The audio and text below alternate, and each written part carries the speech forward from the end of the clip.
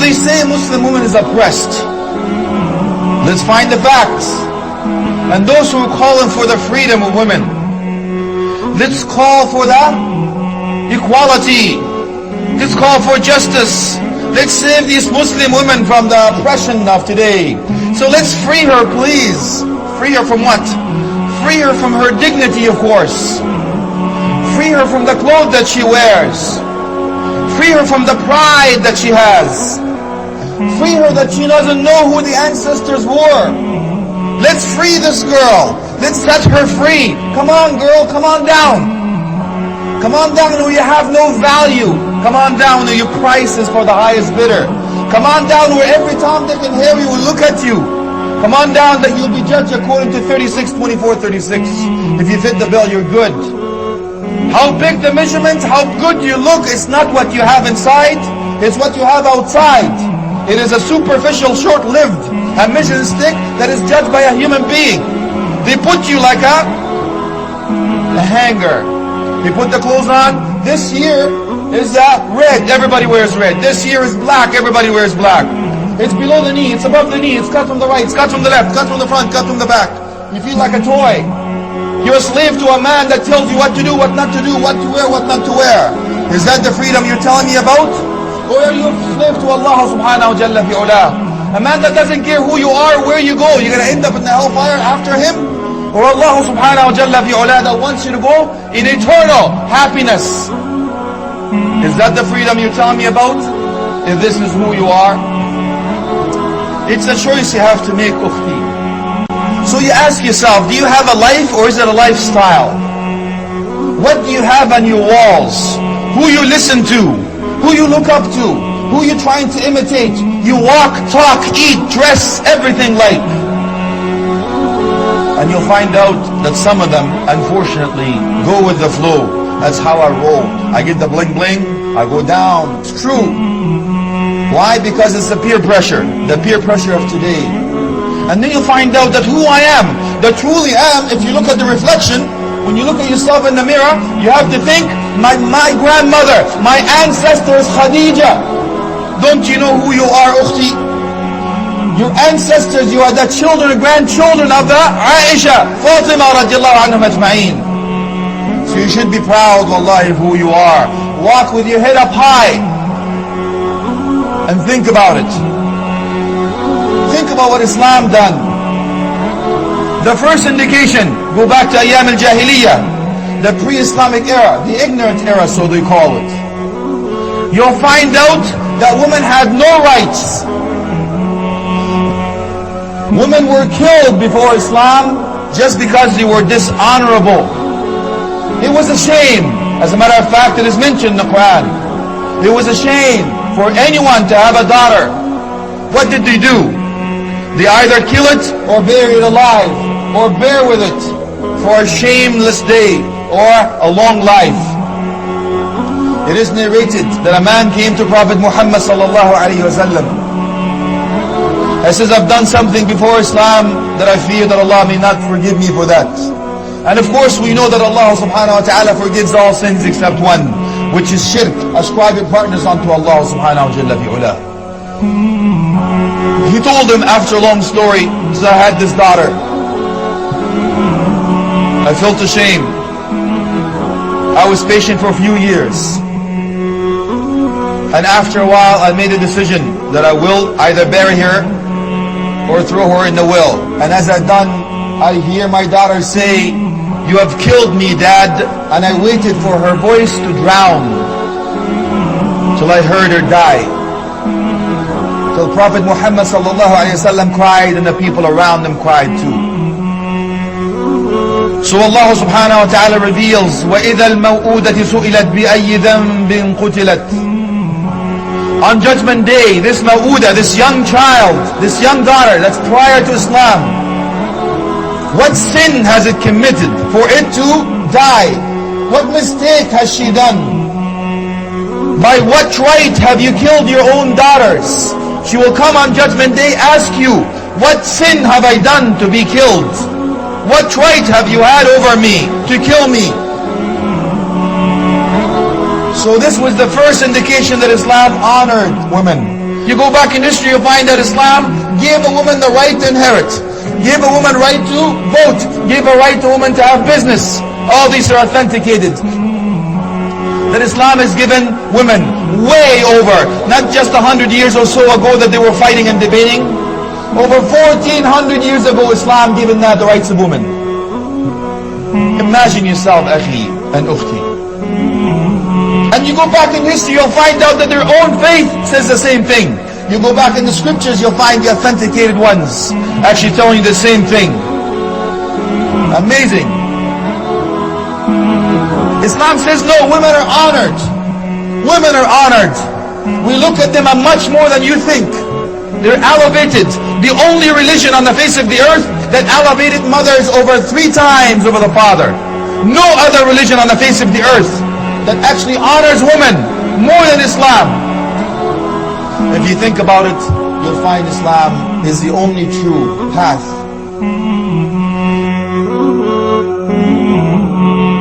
It teaches you that even when you go ask for your hand in marriage, a wife, she's still wearing the hijab. Why? Because you don't look at that, what we talked about before. You look at her mind.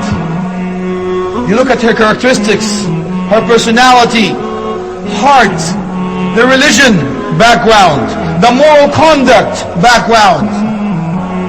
Not the other way around where they meet in bars. If she's good or round or she takes her or whatever. I'm trying to keep this a family show as much as possible. We have kids. How old are you, son? You get the gist. You understand what I'm saying. Allah help you, Wallahi. But of course the sisters have it very difficult. You think it's easy? La wallahi. But you tell me, man, I wear a thobe. Man, I have a beard. No, no. You try wearing a hijab and niqab and walk down the street just in case you think it's easy. Wallahi, it's not easy. They are a walking pulpit, ya akhi. You should be proud, ukhti. It's a izzah, it's an honor for you to be a Muslim muhajjaba. Wallahi. You stick out like everybody else is walking naked and you're holding on. Even though it's hot in the sun, the scholars say every drop of sweat in your body is the heaviest on the scale. You've shaded yourself here, Allah will shade you on Judgment Day, where there's no shade except His shade. 50,000 years. Imagine yourself. This is a true story. A young girl was wearing the hijab, another sister, supposed to be Muslim. Says, isn't it hot? What did she say? قُلْ نَارُ جَهَنَّمْ أَشَدُّ حَرًّا. The hellfire is hotter. Imagine yourself, ukhti afifa, honorable. No one sees you except what is permitted to be seen, or those who can see you. Imagine yourself, ukhti, as if you're the only one that is fighting. When the whole army is fled, you're the only one holding on to La ilaha illallah, Muhammadur Rasulullah, in an environment that is full of mischief, transgression, evil deeds and acts. Imagine yourself, ukhti, being resurrected on pulpits of light, being proud to say La ilaha illallah, Muhammadur Rasulullah, when everybody else around you has not. Imagine, ya ukhti, you're called Al-Qalil, you're amongst the few. وَقَلِيلٌ مِّنْ عِبَادِيَ الشَّكُورِ. May Allah make us among the qaleel, the few, ameen. Only a few of my slaves are grateful. And how could you be grateful? Allah subhanahu wa ta'ala gives you the answer, وَعْمَلُوا آلَ دَاوُودَ شُكْرًا. It's the amal, it's the actions and deeds. So once you wear the hijab, ukhti, Allahu Akbar. Imagine yourself, the honor when you walk around. Nobody will be able to see you and say, she's walking for this, she's looking for that. But we take the norm or the general, inshaAllah, understanding the iffah, the honor and the dignity of that woman by the blessing of Allah subhanahu wa ta'ala. So we go back and say, don't be fooled, ukhti. Don't be fooled when they tell you, like some other women done in another country, again so-called Muslim.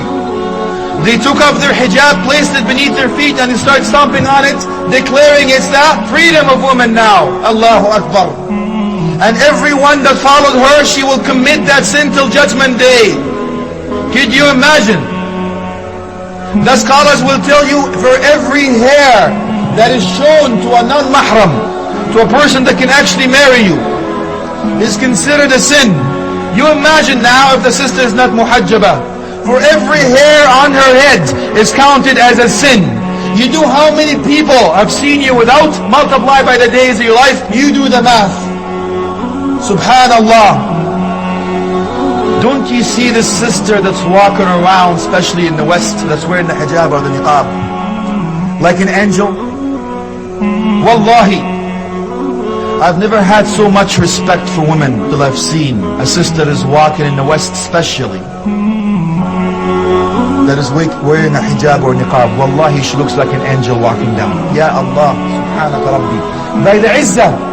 And some now, the Muslim sister says, I don't want to be known, ya akhi. It's a difficult time, different this and different that. Says, you're going against the Quran, ya ukhti. Allah subhanahu wa ta'ala says, لِكَيْ يُعْرَفْنَ فَلَا يُؤْذَيْنَ لِكَيْ يُعْرَفْنَ. Allah subhanahu wa ta'ala, you wear this so you will be known. You will be known so you will not be harmed.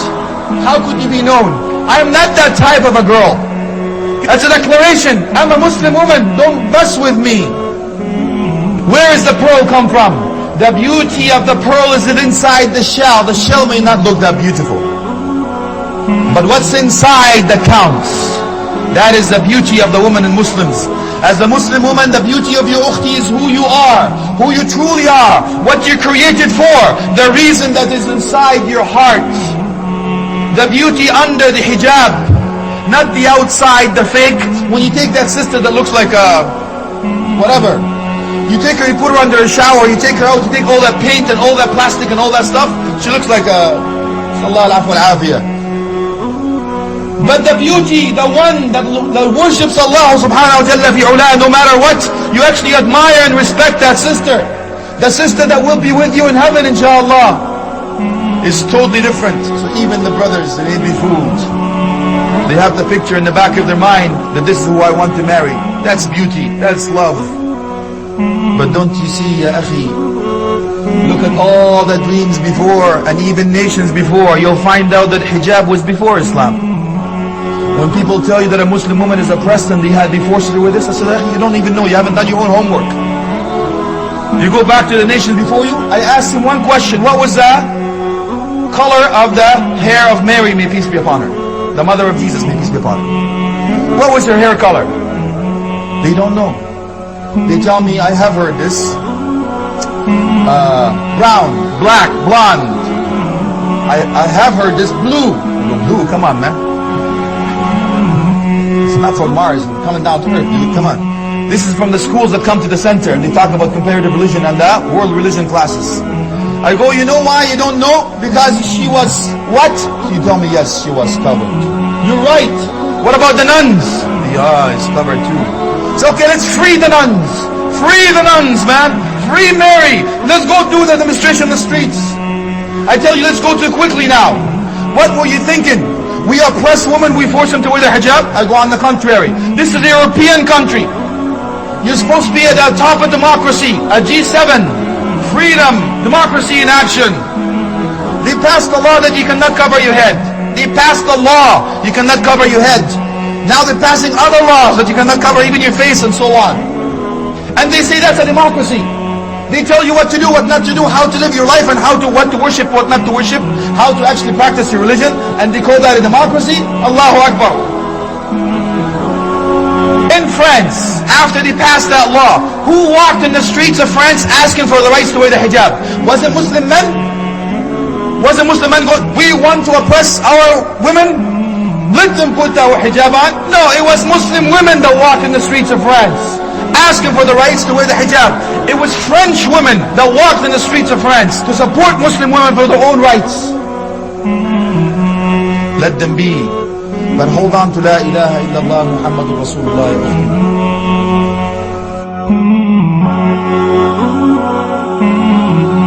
Because that is your lifeline. Wallahi, this time is short-lived. However, my sisters in Islam, I can't tell you how proud I am of you, wallahi, of holding on to the hijab or the niqab here in the West. It's a struggle day in, day out. But what gets this poor slave of Allah is when I hear a sister on the other line crying. Says, my father will disown me if I wear the hijab. I said, I'm sorry, Ukhti, repeat that please. So my father will disown me if I wear the hijab. He says, if you wear the hijab, I will disown you. Or better yet, my husband now is telling me to take the hijab off. I go, Allah Akbar. I can't believe I'm hearing those words with my own ears. Have you not heard, ya akhi, that in Jannah there is a banner that says, La yadkhuliki the youth. The youth, the definition. Man yara al-qubha ala ahlihi wa yarda bihi. Those who see that is unlawful upon their women folks, the one they're in charge of or responsible for, and he accepts that. As a matter of fact, you go the other way around. Tighten the dress a bit, shorten it a little more, take up the hijab, show a little bit of whatever, and all that stuff. Imagine, or they ask her to do something that is bad or unlawful, or haram. La hawla wa la quwwata illa billah. That is called the youth. On Judgment Day, there is a banner in the heaven says, this the youth will not be permitted to enter heaven. So my brothers in Islam, be very careful, ya akhi. So the Khadijas of today and the Aishas of today are brought up in a way that they can understand what the true Islam is all about. People are the product of the society. The environment around you aid you in doing what you're doing or helping you to believe what you believe. So what I'm asking you, akhi and ukhti, is to raise them in the righteous environment, to have the righteous friends. The infrastructure are raised early. That's why Prophet Muhammad says, Muru awladakum lis-salati li-sab'. Command them to pray at 7 years old. Not when they reach puberty or the other age of 15. No, it's too late then. The scholar says qiyas, analogy. Do the same thing with the hijab, akhi and ukhti. Link them. So if your daughters are raised in a way to know what Islam about and what the beauty of the hijab and the reward, at 7 years old you start. Don't ask him, let them be around the righteous company. Choose the righteous spouse for them. Meaning the mother is the example, that's the one that teaches them. So what I'm telling you, to be proactive, not reactive, ya akhi. They're children that have rights upon you before they're even created. That's another topic. But that's how they're raised, my brother. And the infrastructure of having a good friend. You have no choice of your family, but you certainly have choice of your friends. So 3 criteria you look for, ukhti, in order for you to hold on. To be resurrected with Aisha and Khadija, inshaAllah, ameen. If you see them, they remind you of Allah.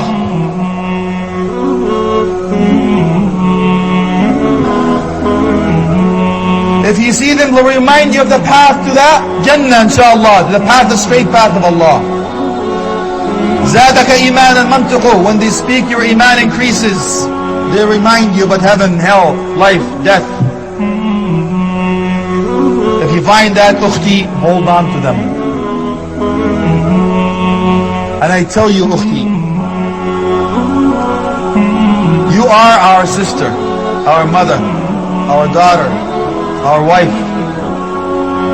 You are the core of this ummah. You are the backbone of this ummah. So that's the reason we tell you, we honor you. That's why Prophet Muhammad ﷺ gave us the advice before he dies. Look after women, look after women, look after women. Why? Over 1400 years ago, he realized that our enemies will come through Islam through the gate of women. They will start ruining them, giving these ideas about freedom. So he says, look after women. They're the one that are going to use or raise the youth. They're the one that are going to raise your children. They're the one that will teach. They're the one that are the core of the ummah. Why?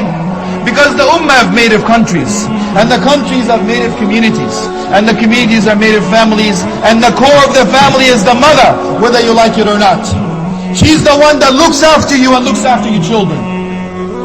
So we have to look after them, my brothers and sisters. So I want to ask you now, brothers. You need to tell your wife, I love you, at least 3 times a day. Look after your woman, ya akhi. That's the advice of Prophet Muhammad sallallahu alaihi wasallam. So when the enemies come and say you're detested or you're oppressed, they say, no, I am honored, I am loved, I'm respected, I'm raised and honored and elevated. Yes, dignified. Why? Because Prophet Muhammad sallallahu alaihi wasallam told us to that. He used to declare, he says, رُزِقْتُ حُبَّهَا. I was blessed by her love. The best of us declared his love, ya akhi. So when you go, I'm not going to tell you what to do with your wife, that's another course. But you can understand, wallahi. You can understand when Prophet Muhammad sallallahu alaihi wasallam says, ummak thumma ummak thumma ummak thumma abak. Allahu Akbar. Your mother, your mother, your mother, then your father. Isn't that enough? So my dear brothers and sisters in Islam, leaving you with one thing. That woman in your life, whether it's your mother, your daughter, your sister, or your wife, is the only creation on the face of the earth that will go hungry in order for you to be eaten, to be fed. She will go thirsty in order for you to quench your thirst. She'll have sleepless nights so you can have the comfort of the sleep zone. She will sacrifice her life in order for you to live. She will laugh when she sees you laugh. She will cry when she sees you cry. She devoted her life in order for you to stand on your own feet. You'll find out that who you are is because of your own mother. It's because of the woman behind you. You'll find out that they are the reason, the second reason of creation. So you understand now who the woman in Islam is. The rights they have and the honor they have and the love and respect they have in our heart and soul. From now on, ya akhi, when you see this sister walking around in hijab and niqab, you make dua for her. You ask Allah subhanahu wa ta'ala to give her thabat. You ask Allah subhanahu wa ta'ala to give her Jannah, Firdaus al-A'la. You ask Allah subhanahu wa ta'ala to resurrect her with Khadija, with Aisha radiallahu anhum ajma'een. You ask Allah subhanahu wa ta'ala to grant them for their patience and struggle and strive to be drinking from Hawd al-Kawthar on Judgment Day.